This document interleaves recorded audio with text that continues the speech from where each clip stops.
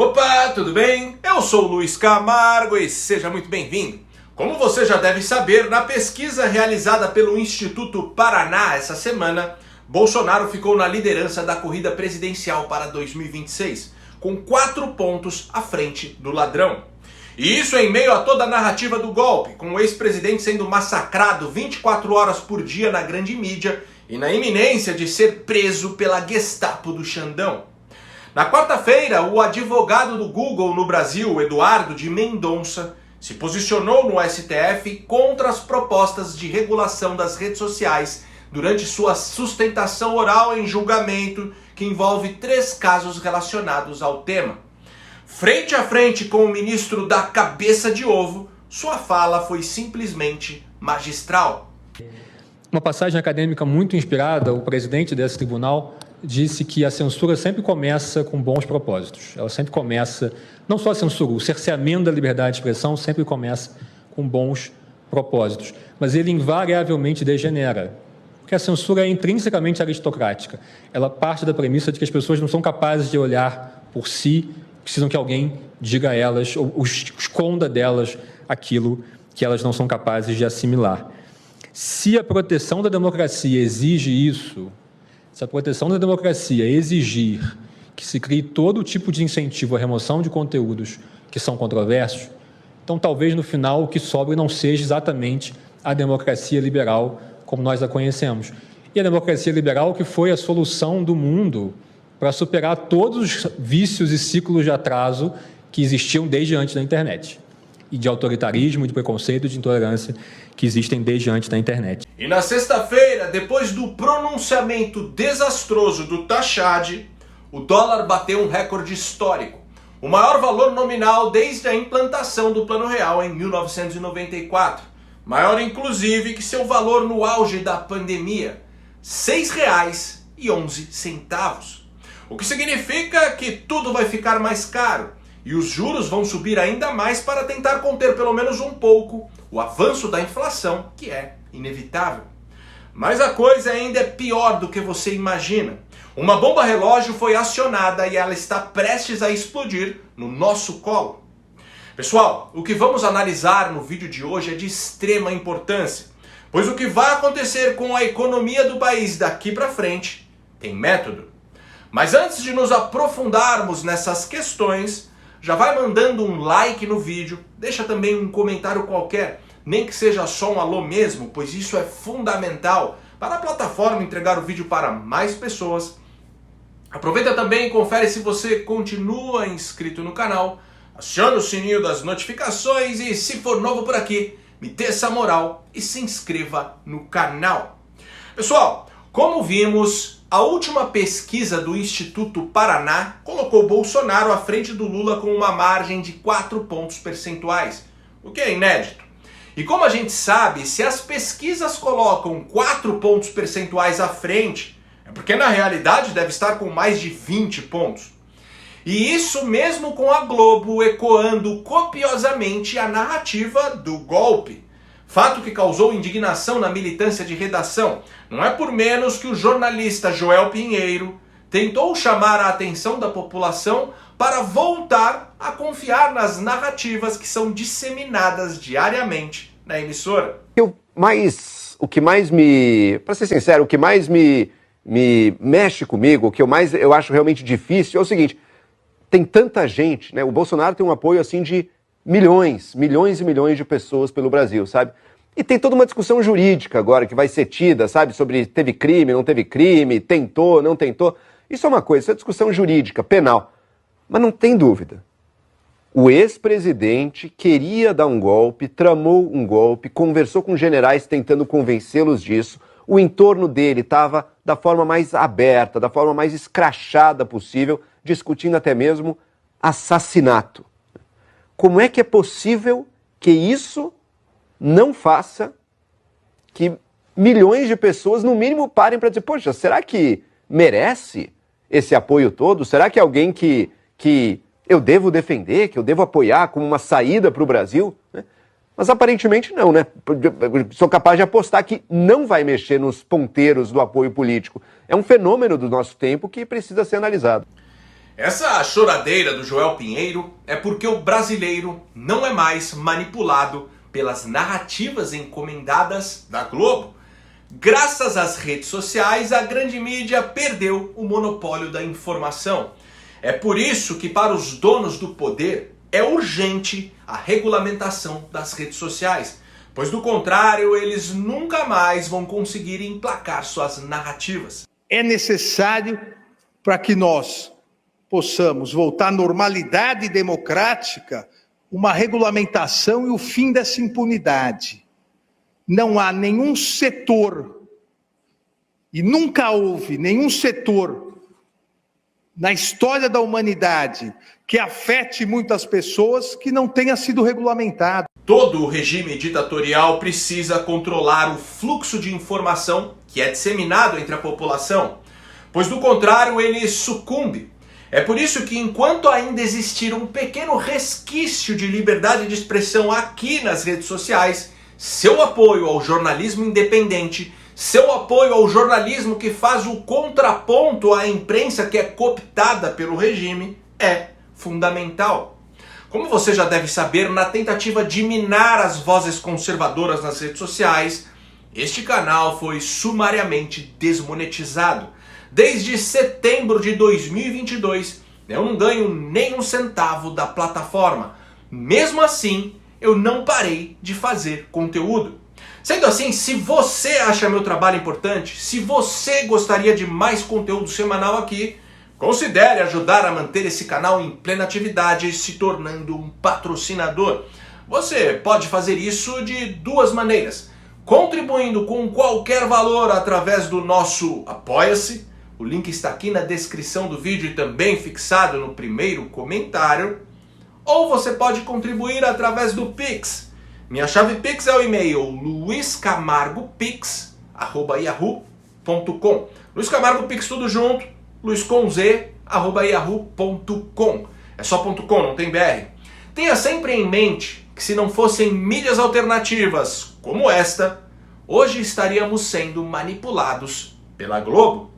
Se desejar, dê um pause aí no vídeo para fazer a sua contribuição, que eu ficarei imensamente grato. Afinal, agora eu só posso contar com você. E lembrando que, devido ao sucesso da Black Friday da minha biblioteca, resolvemos estender a promoção por mais uma semana. Exatamente, todos os títulos ficarão com o preço de Black Friday até o próximo domingo. Tem livro com desconto de até 80%. Aproveite a promoção para comprar presentes de Natal. Nada melhor do que presentear nossos amigos e parentes com livros que podem edificar suas vidas. O meu livro, O Breve Manual do Cristão Conservador, de R$ 67,00, você vai pagar apenas R$ 35,00. Tem também o livro, o super lançamento do meu amigo jornalista Paulo Araújo, Foro de São Paulo e a Pátria Grande. Olha, eu dei uma folheada no livro esta semana e já deu para perceber que é a obra mais completa sobre o Foro de São Paulo. Leitura imprescindível, de R$ 189,00 por apenas R$ 83,00. Agora, se liga nesse vídeo. Se as pessoas quiserem ver um filme verídico, né, assim, que a possessão acontece desse jeito, é um filme indicado pela Associação Internacional dos Exorcistas. Não sei se você já viu, Nefários. Já, bom demais. É aquilo ali. É mesmo? Aquilo ali. Aquela associação falou, o diabo age assim. Nossa, É. esse filme é muito bom. É, então você assista. É até aquele jeito. Você vê que a guerra é intelectual. É. Você vê que é o pá, né? E o que me chamou a atenção no filme, Vilela, quem poderia ajudar aquele homem não acreditava. É. Né? Esse é isso, porque a associação falou, assista o filme para vocês entenderem que quem pode ajudar uma pessoa que está sendo alvo de uma tentação direta do demônio é o sacerdote. Pois então, este aqui é o livro que deu origem ao filme. E de fato, o filme é muito bom, mas não se compara com o livro. Aliás, como toda adaptação, se você gosta muito de um filme que é baseado em algum livro, pode ter certeza que quando você ler o livro, você nem vai achar o filme tão bom assim. Afinal, o livro sempre será uma obra mais completa. Com Nefários não é diferente. história extremamente instigante, que se você pegar para ler, você não vai conseguir parar. Nefarious, o livro que deu origem ao filme, de R$ 65, você vai pagar apenas R$ 35. Então, terminando o vídeo, já acesse bibliotecadoluiz.com.br e aproveite a Black estendida, que encerra no próximo domingo. Mas não deixe para comprar no último dia, pois os títulos mais concorridos acabam esgotando mais rápido. Os links diretos para adquirir Nefarious, o breve manual do cristão conservador e o Foro de São Paulo estão aqui no primeiro comentário. Bom, recado dado, então vamos lá. Primeiro, vamos assistir o braço de comunicação do regime sendo obrigado a noticiar que o Brasil está indo pro buraco. No dia seguinte ao anúncio de medidas para o controle de gastos do governo, a moeda brasileira quebrou uma barreira histórica. Nunca antes foi preciso juntar R$ 6 para comprar $1. Ao longo de uma sexta-feira em que surgiam números positivos sobre nível de emprego e mesmo contas públicas, a taxa de câmbio mostrava a reação de desconfiança dos agentes econômicos ao pacote. Vamos entender o que aconteceu. Para que a economia do país fique saudável, com inflação controlada e juros mais baixos, o governo do ladrão precisa cortar gastos. Sabendo disso, o próprio governo propôs regras para controlar as despesas, aquilo que ficou conhecido como arcabouço fiscal. Na regra proposta, o país ficaria com déficit zero em 2024, ou seja, as despesas não superariam as receitas. E por sua vez, em 2025, teríamos um superávit de 0,5%, o que é muito bom dada a conjuntura. No entanto, o governo não conseguiu cumprir a regra que ele mesmo propôs, e assim anunciou que jogaria o déficit zero para 2025. Agora, com 2025 à espreita, o mercado voltou a desconfiar que o governo não iria novamente cumprir suas promessas. Sabendo que não poderia dar um balão e mudar a regra de novo, o Tachad, há mais de um mês, vinha anunciando que apresentaria um robusto programa de cortes de gastos. E assim o mercado concedeu um voto de confiança. Mas afinal, de quanto seria esse corte? Bom, como muito bem exposto pela economia Léo Siqueira, de acordo com o Prisma Fiscal, que é um relatório onde consultorias financeiras e bancos explanam suas expectativas, para atingir o déficit zero proposto, seria necessário um corte de 89 bilhões de reais em 2025. Só que em seu tão aguardado pronunciamento, o Tachad anunciou um corte de míseros 36 bilhões de reais. Uma cifra muito aquém da necessária para se atingir o déficit zero. Resultado, dólar R$ 6, juros futuros 14%. Mas eu votei e não me arrependo, mas agora eu estou com medo. Bom, como se não bastasse, eles ainda vieram com a proposta do aumento da isenção do imposto de renda para quem ganha até R$ 5 mil. O que geraria um impacto fiscal de 45 bilhões de reais. Temos que entender que 90% dos brasileiros ganham menos de 5 mil reais. Sendo assim, estamos falando de isentar 90% da população brasileira, o que significa que a conta vai recair sobre 10% da população, justamente a parte que emprega os outros 90%. Aquela velha ladainha de tributar os mais ricos, o que cria um ambiente hostil para os negócios, gerando fuga de capitais, que por sinal, no atual governo, bateu um recorde histórico. No começo do ano, o Jornal da Band fez uma matéria bem ilustrativa sobre essa sanha da esquerda de tributar pesadamente os mais ricos. Preste atenção.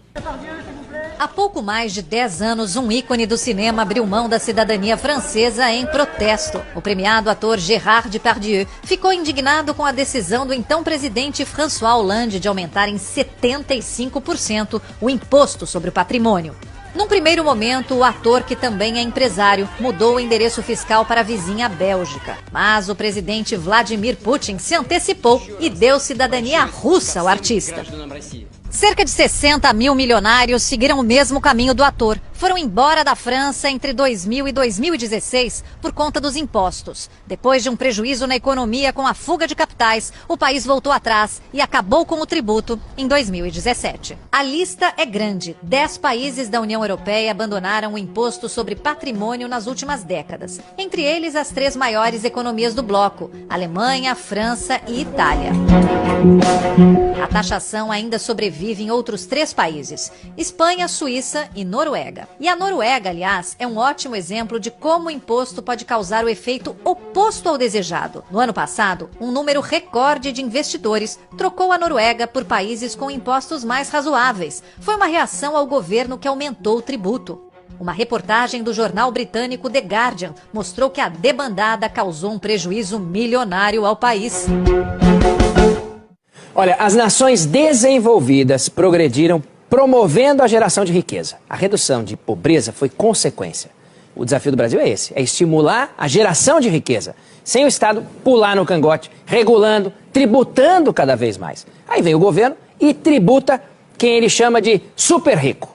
Sabe quem que é o super rico? É a mesma pessoa que na hora de atrair investimento, o governo chama de empresário, chama de investidor e que vira super rico na hora de tributar. A experiência internacional, você viu a reportagem, mostra que esse caminho não funciona. Dos países que tentaram, quase todos desistiram. Quando surge um imposto novo, a gente, eu, você, a gente não consegue se defender. Mas quem tem dinheiro consegue e manda o dinheiro para fora. O dinheiro não tem pátria. E quando os ricos tiram a grana do país, adivinha quem paga a conta? A classe média, os mais pobres. Faz sentido isso? Eu sou a favor de um imposto de renda progressivo, podendo inclusive isentar quem ganha até 5 mil reais. Porém, para que isso seja sustentável, é necessário, em primeiro lugar, ter um governo mais enxuto e austero nos gastos, que não é o caso dos governos de esquerda. Em segundo lugar, é necessário inverter a balança fiscal, aumentando progressivamente o imposto sobre a renda, mas diminuindo exponencialmente o imposto sobre o consumo.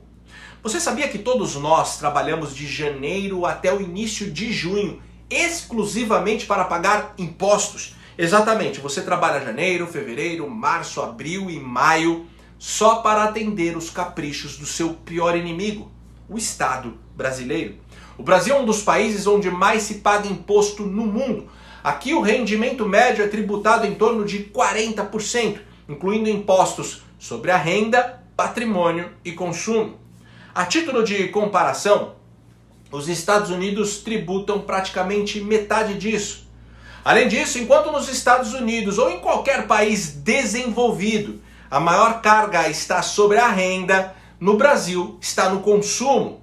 Por sinal, em qualquer país subdesenvolvido, a maior carga está no consumo, o que sufoca a classe média e prejudica diretamente os mais pobres.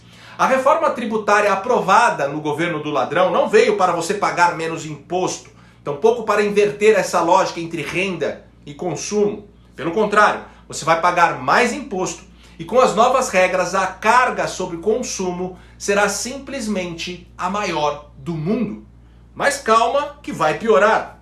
O ladrão que ocupa a presidência da República bateu mais um recorde. Na sexta-feira, pela primeira vez na história, a dívida bruta do governo, o que inclui governo federal, INSS, estados e municípios, ultrapassou incríveis 9 trilhões de reais. Vamos entender como isso nos afeta. Bom, déficit é quando o governo gasta mais do que arrecada, e superávit é justamente o contrário, gastar menos do que arrecada. Quando falamos de déficit ou superávit primário, não inclui os juros da dívida nessa conta. Com os juros incluídos, chamamos de déficit ou superávit nominal. Conforme muito bem explanado aí pelo economista Bruno Musa, em outubro o governo teve superávit de 36,9 bilhões, mas como pagou juros de 111,6 bilhões no mês, teve um déficit nominal de 74,7 bilhões de reais. Em 12 meses até outubro, o setor público consolidado gastou 869,3 bilhões em juros da dívida. Assim, o déficit nominal ultrapassou a marca de 1 trilhão de reais, uma marca que é atingida apenas em países em guerra. Mas vamos analisar o crescimento da dívida por governo. No Lula 1, de 2007 a 2010, 674,9 bilhões de reais. No governo Dilma, 2011 a 2014, 1,2 trilhão. No governo Dilma Temer, de 2015 a 2018, 2 trilhões. Resultado da maior recessão da história causada pela Dilma. No governo Bolsonaro, 2018 a 2022, com o enfrentamento da pandemia, 1,9 trilhão. E Lula, atualmente, 1,8 trilhão. Ou seja, em apenas 2 anos, Lula já se endividou igual ao Bolsonaro e sem pandemia. Vale ressaltar que se não tivesse a pandemia, o governo Bolsonaro seria o mais enxuto de todos os tempos. O que significa que ser governado pelo PT é pior do que estar com o país em guerra ou sob efeito de uma pandemia. Bom, o anúncio do Haddad eliminou qualquer perspectiva de contenção na gastança. Pelo contrário, as despesas não param de crescer. E assim, para fechar as contas e honrar seus compromissos de curto prazo, o governo precisa tomar dinheiro emprestado, aumentando ainda mais a dívida. Quanto mais dívida, maior o risco e maior a necessidade de juros elevados para tentar atrair capital dos investidores. O pacote de corte de gastos anunciado pelo Tachad não ataca o crescimento da dívida nem no médio nem no longo prazo. E assim, os juros esperados já estão em 14%. O dólar alcançando a marca histórica de R$ 6,11. E hoje o real já se tornou a moeda mais desvalorizada do mundo. Nossa moeda desvalorizada significa aumento da inflação, consequentemente o aumento dos preços de insumos, produtos e serviços, e a perda de poder de compra dos mais pobres. O ponto é que, como eu falei no início do vídeo, tudo isso tem método. Essa semana, além das pesquisas demonstrarem aí que Bolsonaro está à frente do Lula na corrida presidencial de 2026, as pesquisas também demonstraram que o governo do ladrão atingiu uma desaprovação histórica. Antes disso, as eleições municipais deste ano já haviam evidenciado a nítida reprovação da esquerda em todo o território nacional. Mas não só isso, evidenciou também que o cachaça não tem sucessor para 2026. Boulos é um fracasso mais que consumado. Haddad já era considerado o pior prefeito de São Paulo e agora, como ministro, virou uma piada nacional. Quem votaria em um sujeito cujo apelido é Tachad? Já Janja Gira, que o Lula queria a qualquer custo enfiar goela abaixo do brasileiro, tem o carisma de um quiabo ressecado. Ou seja, percebendo a gradativa perda de capital político, Lula quer acelerar o plano de quebrar o país. É urgente transformar o Brasil em uma favela de proporções continentais. Que quem vota majoritariamente no PT são pessoas que ganham até 2 salários mínimos. Um metalúrgico de São Bernardo que ganha R$8 mil já não quer mais votar na gente. Pega a pesquisa e vocês percebem que quem ganha acima de 5 salários mínimos já tem dificuldade de votar na gente. É porque essa pessoa ficou ruim? Não.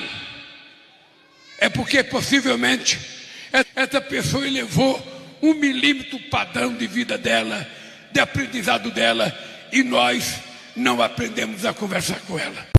O que muita gente da Faria Lima não entende é que levar o país à bancarrota econômica é um dos objetivos de qualquer partido de extrema esquerda. Hoje o Ministério da Economia é chefiado por um marxista que já confessou que não entende nada de economia. Quero também registrar que, apesar de eu dar uns pitacos em economia de vez em quando, eu estudei 2 meses de economia, que foi para passar no exame da ANPEC. Depois eu não estudei mais, porque eu colava um pouco do Alexandre Schwartzman, do Laércio Menezes para passar. Então eu tenho 2 meses de estudo no meu escritório de advocacia, passei na ANPEC e é o que eu mais ou menos domino. Ou seja, o exponencial aumento dos gastos públicos e a suposta irresponsabilidade fiscal são apenas meios de se chegar no objetivo principal, que é gerar ainda mais miséria para que o povo fique dependente dos auxílios sociais. Quanto mais brasileiros dependentes do governo, mais brasileiros votando na esquerda. Para o PT, o aumento da pobreza significa o aumento do curral eleitoral. Como eu não canso de repetir, se os porcos pudessem votar, o homem com o balde de comida seria eleito sempre, não importa quantos porcos ele já tenha abatido no recinto ao lado. Pode reparar, na América Latina todos os líderes devidamente preparados pelo Foro de São Paulo, que ascenderam ao poder, foi através de eleições sujas ou por conta do alto índice de abstenções, reflexo direto de uma população alienada. Só que ao ganhar as eleições, essas lideranças colocam em prática um modelo econômico que leva o país à bancarrota, para em médio e longo prazo deixar o povo dependente das esmolas estatais, garantindo assim sua estadia perene no poder. Afinal, uma nação pobre é uma nação de escravos. Mas a verdade é que o governo está fazendo uma aposta de alto risco. Sabemos o que aconteceu quando a Dilma quebrou o país. Afinal, o sistema também precisa de dinheiro.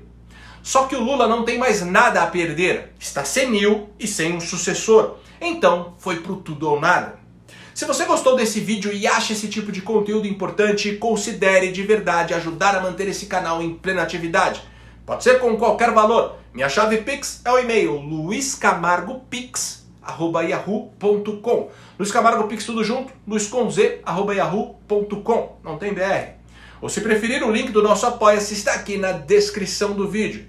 Também não deixe de aproveitar a Black Friday estendida da minha biblioteca. Acesse bibliotecadoluiz.com.br. No mais, curte e compartilhe ao máximo esse vídeo. Não esquece de deixar aquele comentário esperto para ajudar na relevância.